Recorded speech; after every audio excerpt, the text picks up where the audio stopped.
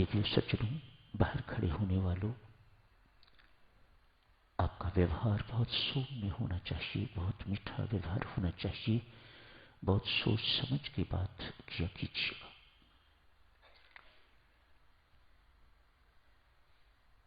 उस सारे का प्रभाव मेरे ऊपर पड़ता है।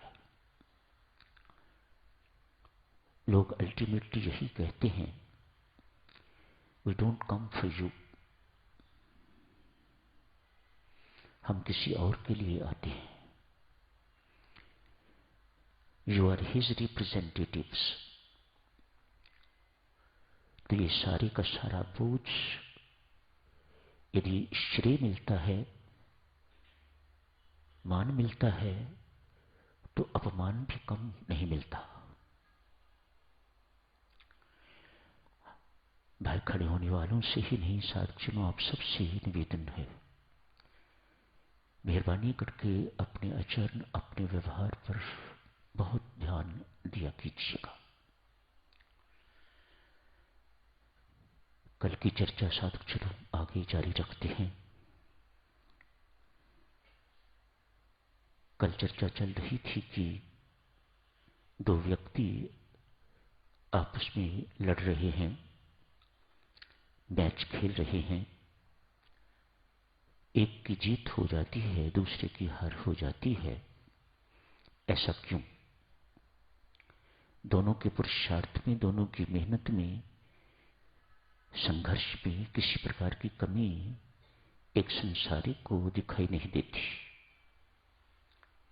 लेकिन परिणाम एक सफल होता है, उसकी जय जयकार होती है, और दूसरे का मुंह बेचारे का लटक जाता है, वह सफल नहीं हो सके। जानते हुए भी, मानते हुए भी कि मेहनत तो हमने भी बहुत की है, निस्संदेह। परमेश्वर ने सफलता असफलता, दुख सुख, जन्म मरण, संयोग वियोग, ये सब अपने हाथ में रखे हुए हैं। सत्य तो ये है मेरी माताओं सज्जनों, परमेश्वर ने सब कुछ ही अपने हाथ में रखा हुआ है। ये तो हमारी भ्रांति ही है कि हम कुछ करते हैं। सब कुछ परमात्मा ने अपने हाथ में रखा हुआ है। साधना बढ़ाओ, ऊपर चढ़ो, तो सत्य के पास पहुंचते जाओगे। सब कुछ परमेश्वर कर्म करावनहार है।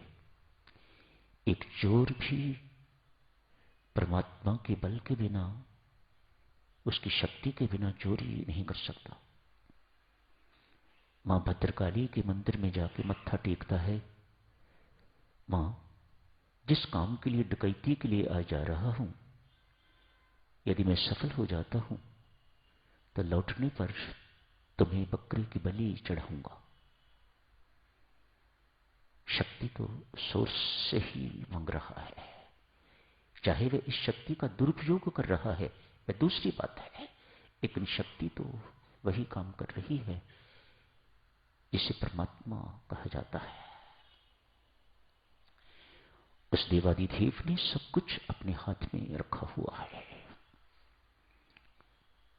किसको सफल बनाता है? शास्त्र कहते हैं वह अत्याचारी नहीं है, अन्यायी नहीं है। उसके विधान में न अत्याचार है, न अन्याय, न त्रुटि। फिर क्या सोचता है वह? किस ढंग से एक को सफल कर देता है और दूसरे को हरा देता है। भगवान की बातें देवियों सज्जनों भगवान ही जाने, या जिसे वह जनाना चाहे, जिसे वह बताना चाहे, समझाना चाहे, ऐसा मैंने क्यों किया है, वह जान सकता है। तुझे कौन जानेगा जिसे तू जनाना चाहेगा? तुलसीदास जी रामचरितमानस में लिखते हैं, जिसे तू बताना चाहेगा तो कौन है, वही तुम्हें जान सकेगा, दूसरा कोई नहीं है। आगे जाके रामायण जी में आप पढ़ोगे, मेघनाथ एवं लक्ष्मण का युद्ध होता है। बड़ा भयंकर युद्ध है। लक्ष्मण मेघनाथ की भुजा काट देते हैं। भुजा उड़ के तो सुलोचना के आंगन में जाके गिरती है। सिर काट देते हैं मेघनाथ का, तो सिर वानर जो भी साथ थे वे सब भगवान राम के पास लेके जाते हैं मेघनाथ का सिर। सती सुलोचना, सती सुलोचना अपने आंगन में अपने पति की बाजू देखती है तो कहती है, यदि मैंने आजीवन सतीत्व का धर्म निभाया है, पतिव्रत धर्म मैंने यदि निभाया है, तो ये हाथ मुझे लिख के बताए क्या हुआ है। कहते हैं हाथ ने लिखा,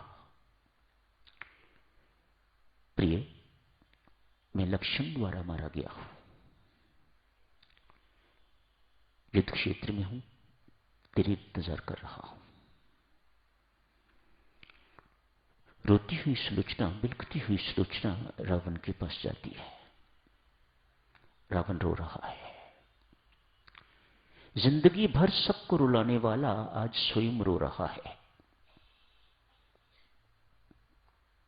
प्रकृति अत्याचारी को सजा दिए बिना सब्र नहीं लेती।